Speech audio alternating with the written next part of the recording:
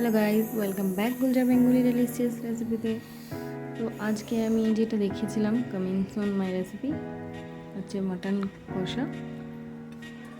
তো এখানে আমি এই যে বড়মশাইকে খেতে দিয়েছিলাম, কিন্তু একটু গরম ছিল। তো এই যে এখানে আমি মাটন নিয়ে নিয়েছি। এবার মাটনে আমি সব মশলা, এখানে মশলা বাটা মশলা নিয়েছি আদা রসুন শুকনো লঙ্কা কাঁচা লঙ্কা জিরা, আর এখানে মাটনের সাথে এটা আমি মিক্স করে 30 মিনিটসের জন্য রেখে দেবো।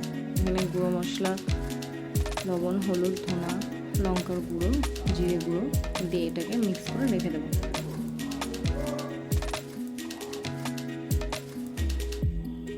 যেহেতু আমি এটা কুকারে করব সেহেতু আমি কুকারে এটাকে কষিয়ে নেব।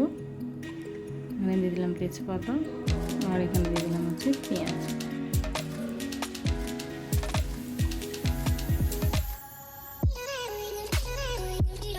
পেঁয়াজ আমার মোটামুটি হয়ে গেছে, দেখতে পাচ্ছেন। এখানে আমি যে 30 মিনিট রেখেছিলাম সেটা এখানে দিয়ে দিলাম। বাটিটাতে একটু মশলা লেগে থাকবে, সেটা ধুয়ে এর মধ্যে দিয়ে দিয়েছি।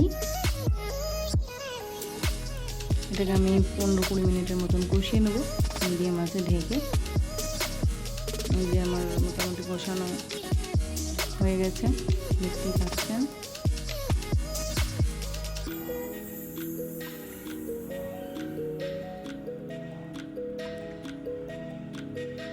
এখানে আমি 3টে আলু ইউজ করেছি।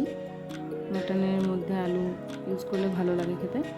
তো মাটনটাকে আমি ভাজিনি আর আগে দেয়নি, যেহেতু ওভার কুক হয়ে গেলে আবার গলে যাবে, ওই জন্য আমি পরেই দিয়েছি। আর মাটনে আমি এখানে গ্যাসে হচ্ছে পাশে গরম জল বসিয়ে দিয়েছি। গরম জলের মধ্যে দিয়ে দেবো। প্রচুর ধোঁয়া উঠছিল, একটু ব্লার হয়ে যাচ্ছে। হয়ে গেছে, উপর থেকে ড্রাই কচুরি নিয়েছি আর বাড়ির বানানো গরম মশলা।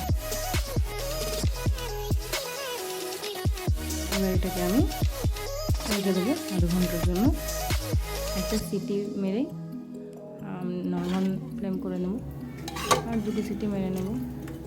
এই যে আমার মাটন রেডি। এই যে দেখতেই পাচ্ছ, আলু ওভার কুক হয়নি, আলু গোটাই আছে। আর গরমের জন্য হাত দেওয়া যাচ্ছিল না, বড় একটু ভেঙে খেলো। তো অবশ্যই আমার মাটন রেসিপিটা দেখবে আর কেমন হয়েছে অবশ্যই আমাকে কমেন্টে জানাবে।